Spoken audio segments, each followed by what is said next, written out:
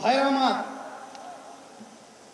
জুলাই অভ্যুত্থানের প্রধান লক্ষ্য ছিল দেশকে স্বৈরাচারের হাত থেকে রক্ষা করা, ৫৪ বছরের জমা হওয়া জঞ্জাল দূর করা। অভ্যুত্থানের পরে সংস্কার কমিশন গঠন করা হয়েছে, আমরা মতামত দিয়েছি।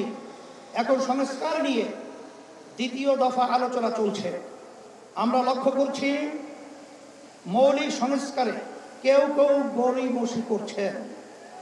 এটা জুলাইয়ের সাথে বিশ্বাসঘাতকতা। স্বৈরাচার তৈরির রাস্তা খোলা রাখা যাবে না। সংস্কার না করে নির্বাচন আয়োজন করে দেশকে আবারও আগের অবস্থায় নিয়ে যাওয়া যাবে না। রাষ্ট্রের মূলনীতি সহ সংসদের উভয় কক্ষে পিআর পদ্ধতি নির্বাচনের মতো বিষয় ঐকমত্য না হলে গণভোটের আয়োজন করতে হবে।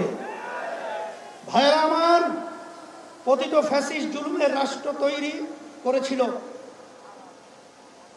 হাজার হাজার মানুষকে গুম ও খুন করেছে, বিলিয়ন বিলিয়ন টাকা দেশ থেকে চুরি করে নিয়ে গেছে, লাখো মানুষকে কারাবন্দী করেছে, চাঁদাবাজি করে মানুষের জীবনকে অতিষ্ঠ করেছে।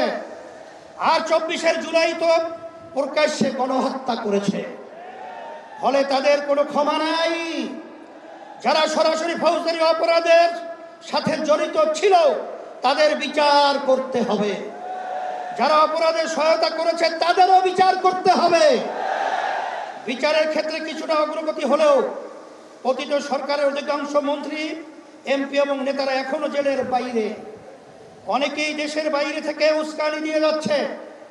আজকের এই মহাসমাবেশ থেকে ঘোষণা করছি, অবিলম্বে ফ্যাসিবাদীর সাথে জড়িত সকলকে শাস্তির আওতায় আনতে হবে।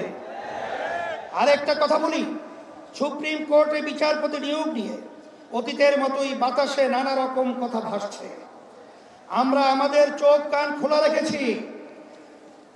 যোগ্যদের বাদ দিয়ে যদি তথাকথিত শপথবদ্ধ রাজনীতিবিদদের নিয়োগ দেওয়া হয়, তা কারো জন্যই সুকুমার হবে না। প্রিয় দেশবাসী, দেশের সকল মানুষের ভোটের দাম সমান।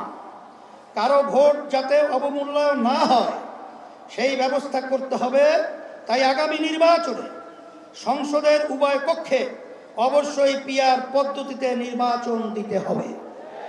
যে যা যত শতাংশ ভোট পাবে সংসদে তাদের সেই অনুপাতি আসন থাকবে। এই পদ্ধতিতে রাষ্ট্র পরিচালনায় সকলের মতের প্রতিফলন ঘটবে। কোনো দল জালেম হওয়ার সুযোগ পাবে না।